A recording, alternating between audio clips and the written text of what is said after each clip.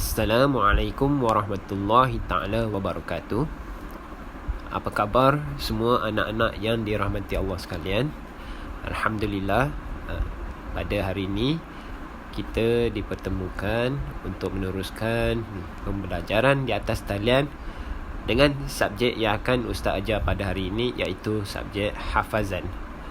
Seperti biasa, Ustaz perkenalkan diri. Nama Ustaz Muhammad Naufal Akmal, boleh panggil Ustaz Naufal.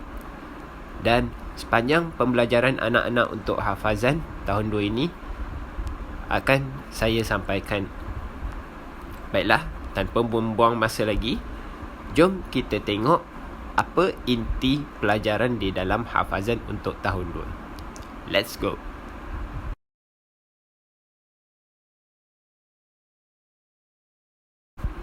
Pelajaran pertama untuk subjek hafazan tahun 2, anak-anak akan belajar mengenai tajuk menghafaz surah Al-Fil.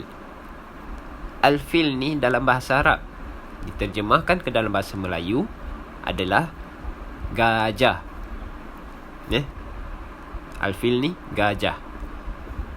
Kalau anak-anak boleh tengok gambar pada slide yang Ustaz berikan ni, anak-anak dah boleh nampak dah. Walaupun cuma bayang-bayang gajah saja, tapi ianya jelas menunjukkan adalah sebuah gambar seekor atau 2 ekor gajah. Okey, kita tengok pelajaran yang seterusnya.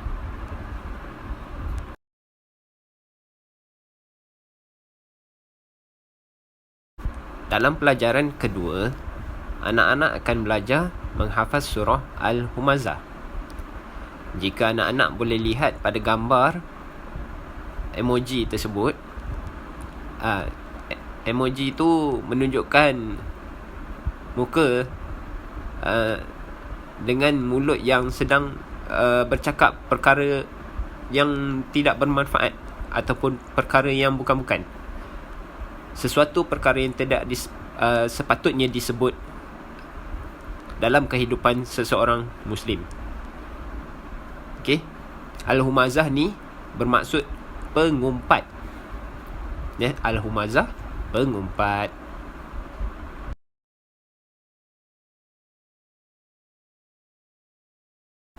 Dalam pelajaran ketiga, anak-anak seterusnya akan menghafaz surah Al-Asr, yang bermaksud masa. Al-Asr dalam bahasa Arab diterjemahkan ke dalam bahasa Melayu bermaksud masa. Pasti anak-anak sudah biasa membaca surah Al-Asr ni. Ketika selesai sesi persekolahan, pastinya guru-guru akan mengajak anak-anak untuk menadah tangan sambil membaca tasbih kifarah dan surah Al-Asr.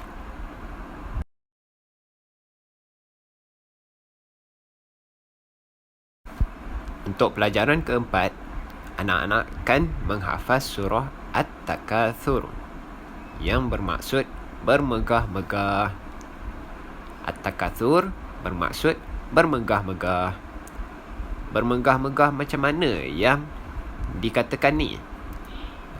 Jadi jika anak-anak ada persoalan, nanti bila sampai pada pelajaran keempat ni, boleh kemukakan pada Ustaz.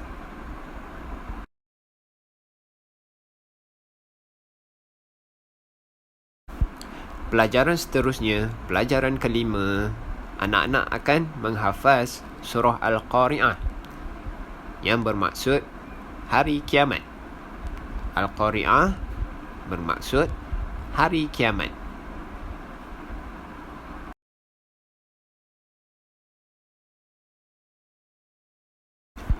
Untuk pelajaran keenam, seterusnya anak-anak akan menghafaz surah Al-Adiyat, bermaksud kuda perang. Al-Adiyat bermaksud kuda perang. Kuda perang ni zaman dulu punya. Zaman sekarang jarang sangat, atau kita dah tak nampak dah kuda perang ni. Yang nampak kereta kebal.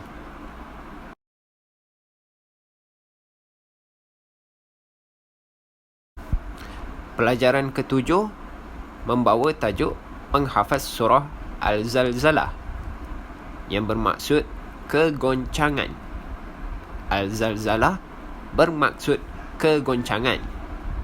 Kegoncangan ni bukan macam coconut shake tu. Ni kegoncangan ni maksud lain. Nanti dah sampai tajuk ni, Ustaz akan terangkan dengan lebih lanjut.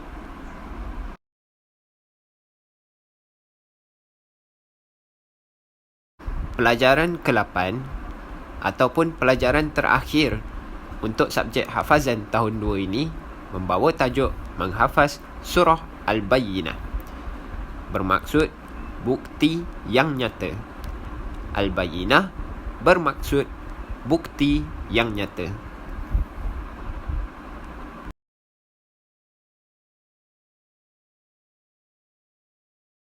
Baiklah anak-anak sekalian, itulah dia semua 8 pelajaran, 8 surah di dalam subjek hafazan untuk tahun 2.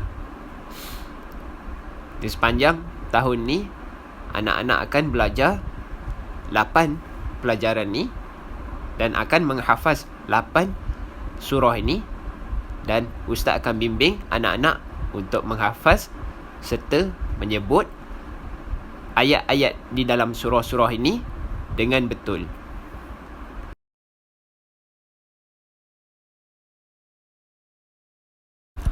Itu saja daripada saya. InsyaAllah, apa yang baik itu datang daripada Allah, dan yang buruk itu adalah kelemahan diri saya sendiri.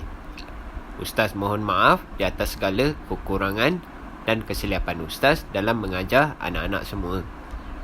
Ustaz doakan anak-anak sekalian akan dapat belajar menghafaz dengan membawa keputusan yang cemerlang. Amin, insyaAllah. Wabillahi taufiq wal hidayah. Wassalamualaikum warahmatullahi ta'ala wabarakatuh.